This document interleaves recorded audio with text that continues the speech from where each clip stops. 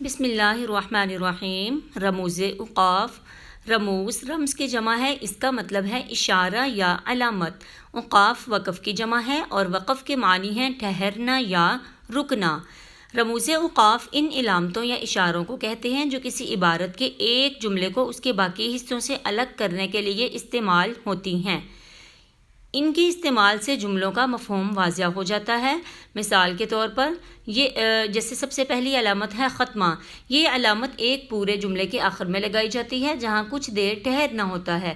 یہ ایک جملے کو دوسرے جملے سے الگ کرتی ہے۔ مثلاً عدل و انصاف کا پرچار کرو، دوسروں کے حقوق کا خیال رکھو۔ دوسری علامت ہے سوالیہ نشان۔ یہ علامت سوالیہ جملے کے اختتام پر لگائی جاتی ہے۔ اس کے استعمال سے سادہ اور سوالیہ جملے میں فرق پیدا ہوتا ہے۔ مثال کے طور پر کیا تم باہر جاؤ گے؟ بچہ کیوں رو رہا ہے؟ سکتہ۔ یہ ایک چھوٹا اور مختصر وقفہ ہوتا ہے جس میں ہلکا سا توقف کر کے آگے جانا ہوتا ہے۔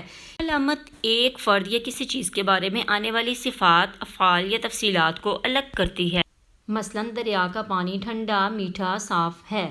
اگلی علامت ہے قوسین۔ قوسین میں عبارت کے ایسے حصے لکھے جاتے ہیں جن کا اصل عبارت سے کوئی تعلق نہیں ہوتا بلکہ حوالے کے طور پر ان کا ذکر آتا ہے۔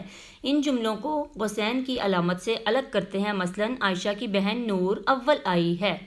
اگلی علامت ہے تفصیلیہ۔ یہ علامت کسی چیز کی تفصیل یا وضاحت کے لیے استعمال ہوتی ہے۔ کسی چیز کی بات ہو رہی ہے اور ابھی مزید تفصیل باقی ہے۔ مثلاً یہ دیکھیں آپ کے سامنے 3 مثالیں ہیں جن میں ورزش کے یہ فائدے ہیں، اب آگے فائدے درج ہوں گے۔ اگلی علامت ہے ندائیہ یا فجائیہ۔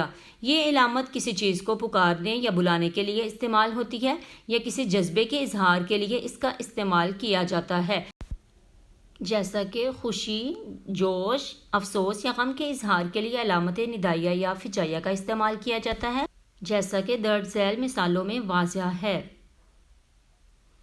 اگلی علامت ہے واوین۔ واوین عبارت میں کوئی قول نمایاں کرنے کے لیے یہ علامت لگائی جاتی ہے، جیسا کہ حدیث کا فرمان ہو یا اللہ تعالیٰ کا ارشاد ہو تو ان کو واضح اور نمایاں کرنے کے لیے واوین کا استعمال کیا جاتا ہے۔ یہ کسی بھی عبارت کے یا کسی بھی قول کو نمایاں کرنے کے لیے استعمال کی جاتی ہے۔ اگلی علامت ہے رابطہ۔ اس کا استعمال متبادل جملوں، اقوال یا ذیلی عنوانات کے لیے ہوتا ہے، جیسا کہ سبق کا نام، مصنف کا نام، شاعر کا نام یا نظم کا عنوان وغیرہ لکھنے کے لیے رابطہ کی علامت استعمال کی جاتی ہے۔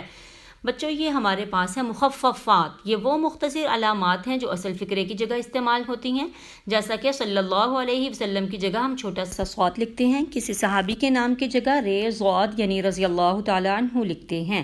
امید ہے بچوں آپ کو یہ ویڈیو پسند آئی ہوگی تو لائک اور سبسکرائب کرنا نہ بھولیے گا، اور ان اصولوں پر، ان قوانین پر عمل کر کے آپ اپنی پیراگراف رائٹنگ بہت اچھی کر سکتے ہیں۔ اللہ حافظ۔